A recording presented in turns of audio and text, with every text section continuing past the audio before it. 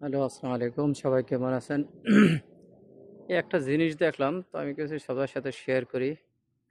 যে ঢাকা কামরাঙ্গীরচর স্পেশালি অনেক জাম। আমাদের এখানে গাড়ি কিনলে গাড়ি ঢাকার মধ্যে সবচেয়ে বড় ঝামেলা হচ্ছে গাড়ির পার্কিংয়ের সমস্যা।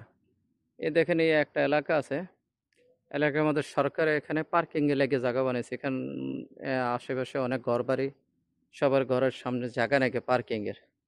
তো সরকারে মেশিন লাগা রয়েছে, মেশিনের টিকিট বাড়ায় পার্কিং করে গাড়ির উপর রাখা আয়া যদি ইয়া চেক করে পুলিশে আয়া, যদি দেখে এর টিকিট করা আছে ঠিক আছে, টিকিট না করা থাকলে এর উপর জরিমানা করে। প্রতিটা জায়গার মধ্যে ওই যে পার্কিংয়ের মেশিনের মধ্যে 1 ইউরো ডালবো, 1 ইউরো 1 ঘন্টা। এর ছাড়া সরকার আরেকটা জায়গা বানিয়ে রাখছে, এই যে এখানে আছে লিবেরো, এনে খালি আছে পার্কিং, এটার মধ্যে আছে সারাদিন রাখলে 2 ইউরো। এই যে পার্কিংয়ের জায়গা সুন্দর সরকার বানিয়ে রাখছে, সবার থেকে ভাড়া নেয়। ওই যে সামনে মেশিন আছে, মেশিনের থেকে আপনি টিকিট বার করেন 2 ইউরো দিয়া, গাড়ির সামনে জাস্টিপের ভিতরে রেখে দেন, হেরায় দেখে যাবো গা। তো আমার হিসাবে আমাদের বাংলাদেশেও এরকম হওয়ার দরকার। দেখছেন, এই যে আমাদের এখান তো টুল ফ্রি।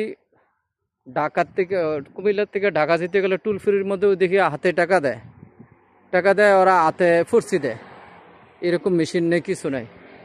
তো এটি অনলাইন ডিজিটাল করতে করতে কি ডিজিটাল বানালো কিছু বুঝলাম না।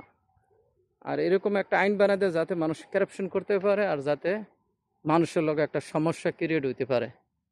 দেখেন, হালাকি এই দেশের থেকে বলতে আমাদের বাংলাদেশটা বেশি উন্নত। বাংলাদেশের মধ্যে কি না হয়, চাল ডাল সব কিছু হইতেছে, সব কিছু আমরা খাইতেছি। কিন্তু একটাই সমস্যা, বাংলাদেশের মধ্যে আইন নেই। নাহলে নদী নালা সব, আমি তো ইউরোপের অনেক রাষ্ট্র করছি, আমাদের তো বাংলাদেশ অনেক ভালো লাগে। শুধু একটাই সমস্যা, বাংলাদেশের মধ্যে আইন নেই। এই যে গাড়ি রাখছে এখান থেকে মানুষ চলাফেরার লেগে রাস্তা আলেখ দিয়েছে, একটা ডিসিপ্লিন। আর ডিসিপ্লিন সিস্টেম শুরু হয় আইনের মাধ্যমে। আইন যদি শক্ত থাকে, তো আইনের বিরুদ্ধে যাওয়ার কেউ সাহস থাকে না। মন্ত্রী হোক, প্রধানমন্ত্রী হোক, আইন আইনই, সবার সমান, সবার জন্য সমান। আর সবাই একইভাবে দরাত পড়ব। এখানকার পুলিশের সামনে কে পারে না? কেন আমাদের দেশটা এরকম হয় না? এটাই একটা আফসোস থাকে।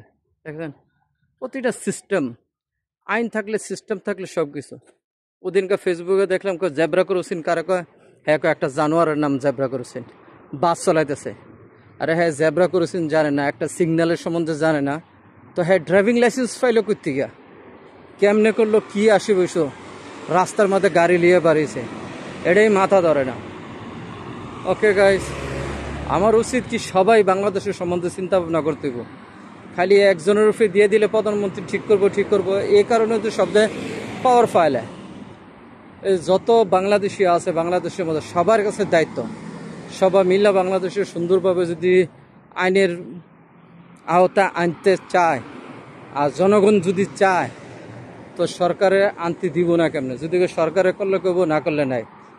আমার তোমার আমার আমার হের হের হের হের করতে করতে একদিন দেশই শেষ হয়ে যাবো গা। তো পরিচয় থাকবো। সবাই সুস্থ থাকবেন, সুন্দর থাকবেন। বাংলাদেশ জিন্দাবাদ।